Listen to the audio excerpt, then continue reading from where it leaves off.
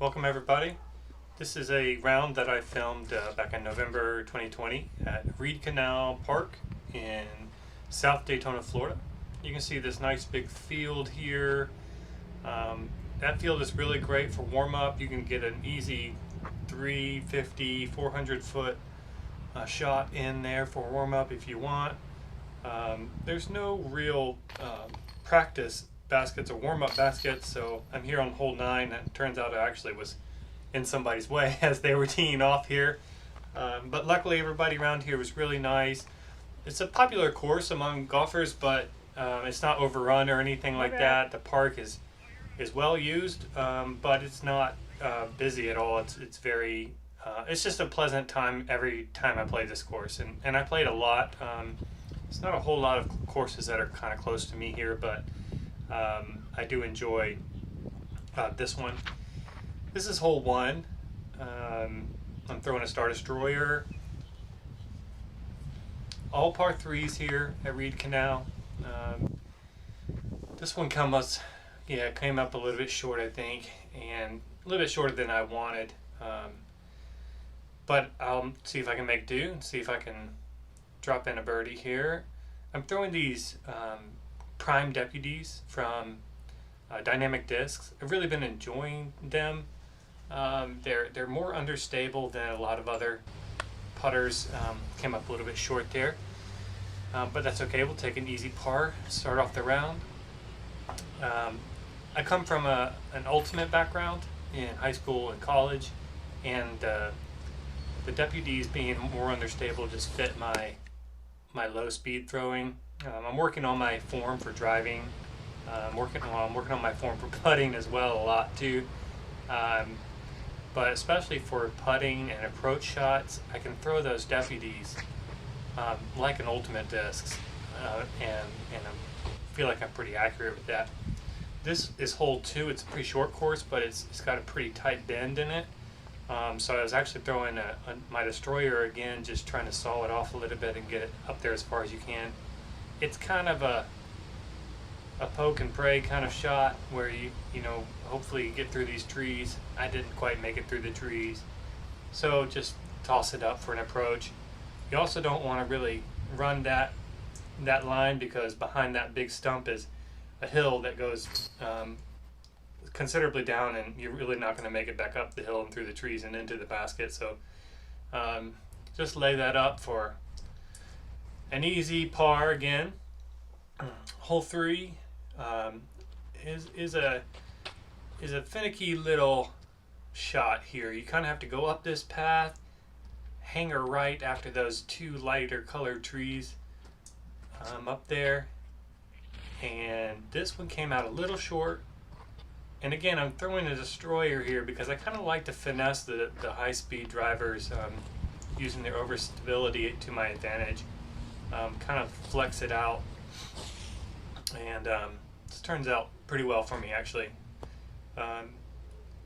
See if I can drop this in for the first birdie of the round. Here we go. Chains grabbed that one nice. I'll take it. Nice 2 there.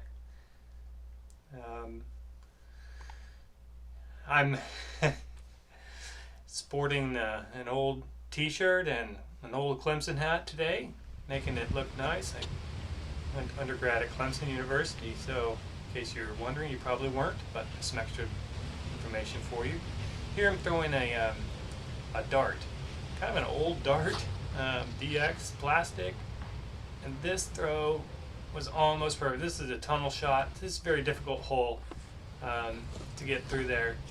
Some pros or whoever probably could just go over top of this hole with some sort of inverted throw or grenade or something like that, but I'm not quite there. But who needs it when you can just drop them in like that, right? Yeah, that doesn't happen every time. So that's that kind of ultimate throw though that I was talking about. I really like throwing, especially my flicks. Yes, and if I call them a flick, it's because I'm coming from that ultimate background. So I apologize for you four-handers. Again, same kind of throw, just a nice flick. Came out a little bit more left than I wanted to. but you're going to see me probably throw a lot of these more ultimate style flicks. And I only mention that a lot because I think there's a lot of players out there who are starting to come from ultimate, and it can be a tricky transition. But if you find an understable putter like this, you can really throw it just like you can an ultimate disc, and it will fly very similar, especially for these touchy shots. So here, I didn't have the best putt and best look for birdie, but we'll clean up for par. Nice par for me. Those putts are tricky for me. That distance, I lose a lot of strokes in my game on those putts, so I'm working on that. Hole 6 here, pretty straightforward. The basket is just to the right of that palm tree that you see. I'm throwing a prime Warden. Warden is a little. I'm not going to call it overstable for sure. It's a stable-ish, stable to unstable putter for most, but compared to the Deputy, it's more stable. So, but for me, it's kind of my straight flyer. Put that in for a birdie. Make sure the camera knows. Hole 7 here. This is another kind of sawed off forehand. I'm throwing a mid-range here, a Lucid Truth. You kind of just have to put it up and let it fade out. And there you go. That was actually perfect. Can clean it up with the Truth itself. Don't have to use my putter. Those are the best.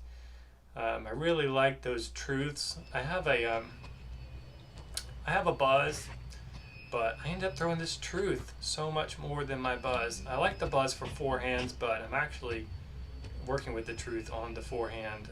But for backhands, I'm really liking the Truth. This one I just pulled. On this hole, it's kind of a tunnel shot. I pull it every time. Every time I pull it, same result, and it's frustrating to no end. Here's an ultimate special for you. Just a lean out flick, throwing around the defense. Didn't quite get it there, but that's okay.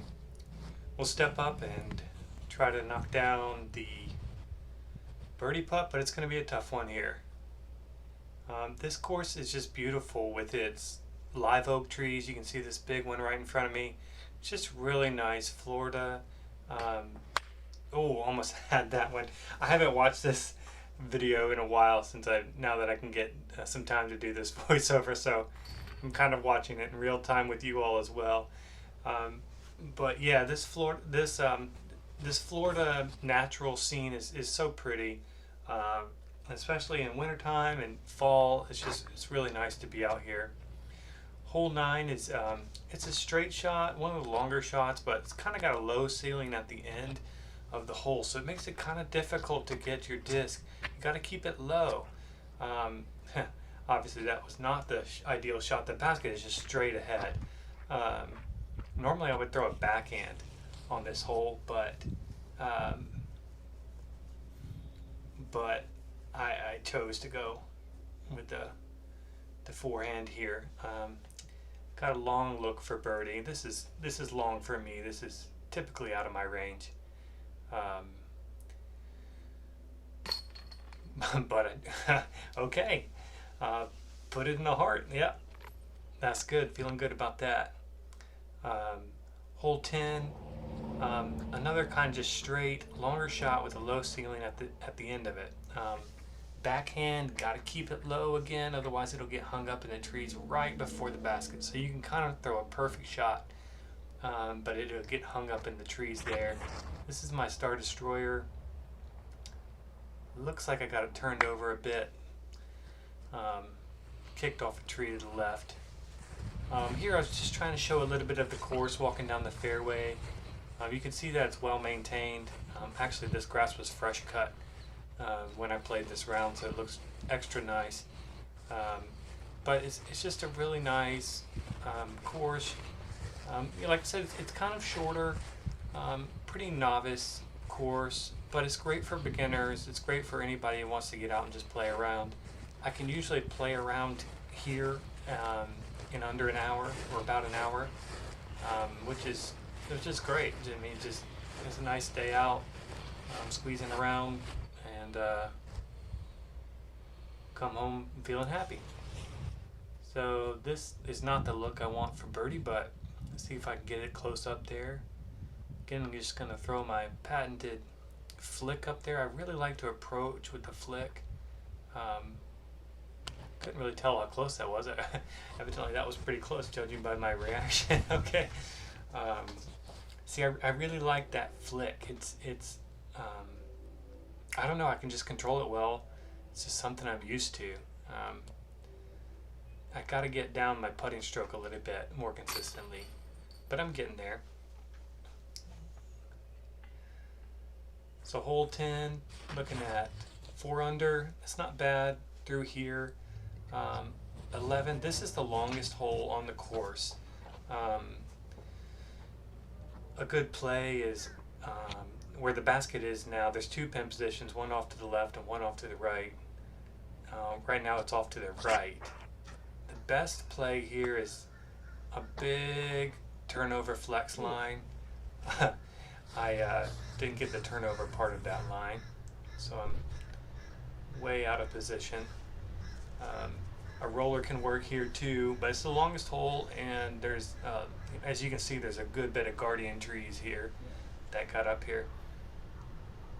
Not sure what I was doing there. I threw my destroyer as my upshot. Sometimes I like to do that, just to kind of throw those high speed overstable discs up there and kind of let them skip up to the basket. That time it didn't work out for me. I think I got a little bit too much air under it. So that'll be a bogey. That doesn't feel good, but when you miss your approach shot and can't save it with the putt, never feels great, but it's okay. Still have a nice day. Hole 12. I really like this hole. It's kind of straight out there. Again, there's multiple pin positions on this course too, which is nice and mix it up every now and then. The pin position on this one, for a backhand, you kind of need to go through these 2 upright trees here. You can throw a forehand. It's good for both on this hole. But that one's just straight up the gut, probably a little too left. Needed it to stay right of that tree in the background there. So looking a little further than I want here. But the tail end of this course, after this hole and the next hole, starting at hole 14 through 18, really those holes, besides maybe 16, just missed off to the right there. Those holes are pretty much par 2s. They're really short holes. So a decent score, I would say, for an average player on this course is about 4, 5, 6 under. If you know, a really good score on this course is actually probably 10 under or more, for a player who's been playing for a while. Hole 13, I went too left on that throw. Kind of needs to go a little bit more right, swing out there and come back to the right side of the basket, but I ended up the left side of the basket. Definitely a long look. Not something that I'm hoping to make. Just try to give it a little bit of a bid and not go too far past the basket. Ooh, almost had it. That's another thing I like about those deputies is I can kind of float them out there. Like, because they are understable, I can throw them slower speeds, which means I can kind of float it up there, give it a bid, and it's not going to race past the basket, you know, outside circle 1. I like that. I can give it a little bit of a bid on every hole. So, like I said, here's hole 14. You can see the basket right next to that tree up there. It's really short. I think it's maybe 100 feet. I can't remember exactly how long it is, but here I'm trying to throw. You might notice that form is a little weird. It's more of an ultimate style form, is stepping far out to the right, using my left foot as a pivot foot. It's kind of how I would do it in ultimate.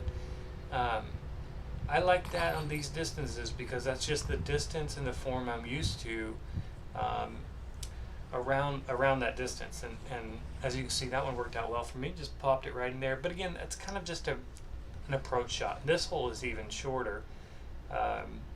Hole 15, same kind of deal. Straight out in the open. Just get your disc there. Put it in for 2. I mean, these are, for a player who's been playing disc golf for a while, these are gimme holes, and they're must birdie holes.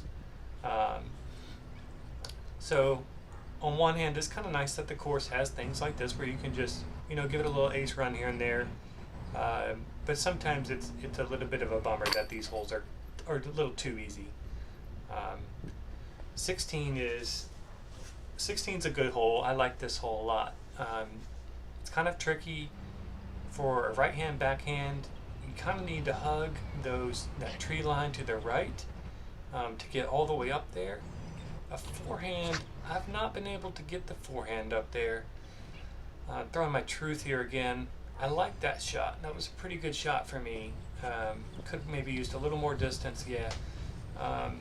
But I like that shot. Again, I really have been enjoying those truths. I like how they have a lot of glide to them. They stay in the air. That's the one thing about the Buzz that I don't like as much, is it just doesn't stay in the air as well as the truth. And I just enjoy throwing it a lot. Again, though, I like to throw my forehands hard and low, which the Buzz is perfect for that. It doesn't pick up. So I do really like the Buzz for the forehand. I just don't have many opportunities to throw that on this course. Hole 17 is again another really short hole. The basket's kind of off to the right here. It's kind of just a saw it off a bit, throw something floaty out there, whatever you want, backhand or forehand, throw a hammer, whatever you want. You just put it up there, and as you can see, that one was a little too easy. So they're sitting at -6, which, like I said, -6 is, for me, being definitely average to a little bit below average player. That's I'm happy with that score, but I'm not pumped. And that's not my best round, obviously, here at this course. I'm not happy with that shot. 18 should be pretty much a gimme hole too. It's a little more tricky because you got to get through the trees, but wasn't happy with that one. Just didn't give it enough juice to get around those trees, and looking at a little bit longer birdie shot than I want. But it's all about the practice, right? Oh, okay. I guess I'll give myself a lot of practice here. Both of those coming up a little bit offline. But anyway, hope you enjoyed the round, and check out Reed Canal if you get a chance in South Daytona.